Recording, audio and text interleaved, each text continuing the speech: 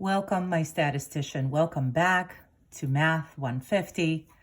We are going to continue our elementary statistics in this new interesting form of online lectures. So I'm going to make little videos here trying to explain some examples, and I'm going to work out some questions with you. And I'm going to try to keep those videos under 5 minutes so they're not too difficult for you to watch and be cognizant of them.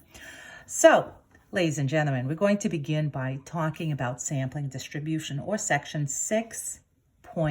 6.3 we're going to finish up. So we're going to talk about some kind of population of smoke detectors.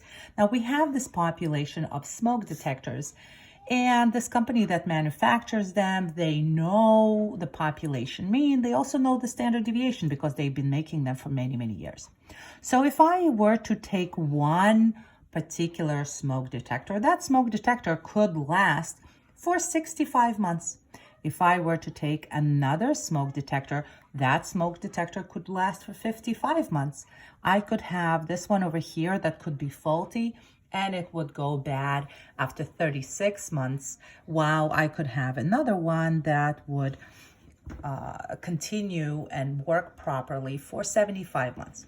So this would be a distribution, and it would look fairly normal. The majority of smoke detectors are going to be somewhere close to this population mean, and they're going to have some kind of a standard deviation that within 3 standard deviations to the right and 3 standard deviations to the left are going to be 99.7% of all smoke detectors that company manufactures.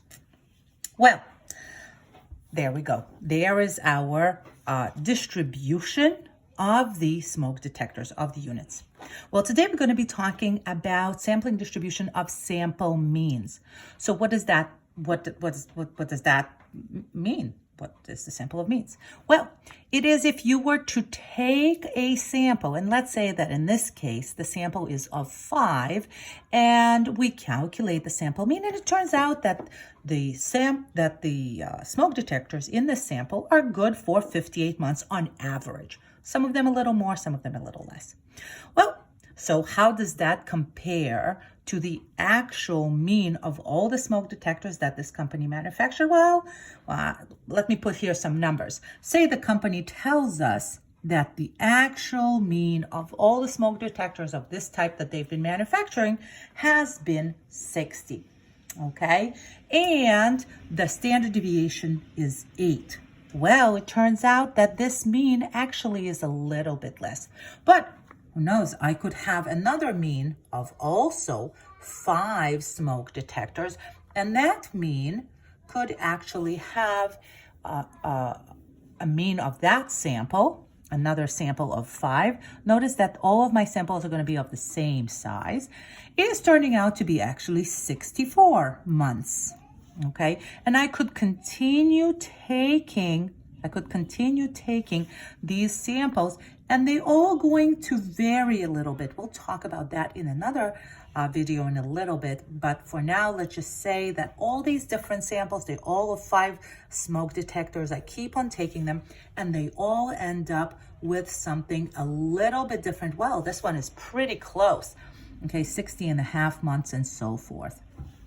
Okay, well, if I were to think of the distribution of sample means, and now these are my sample means, and they're all going to fall somewhere very close to the mean of the distribution of the population, which happens to be 60. What I will actually figure out, if I go through the process, is that the mean of the samples is going to be the same mean as the mean of the population. So that's very neat. And the distribution of the sample means is going to be much more condensed, because when I'm going to be taking 5 smoke detectors rather than just a single smoke detector, those smoke detectors are going to be a cluster, and they're not going to deviate too much. So we're going to have this distribution of sample means is actually going to end up being much, much tighter. Okay? So, and we will continue talking about that in a little bit. But this over here is the sampling distribution of sample means, okay? This is distribution of sample means. All right. See you in the next video, guys.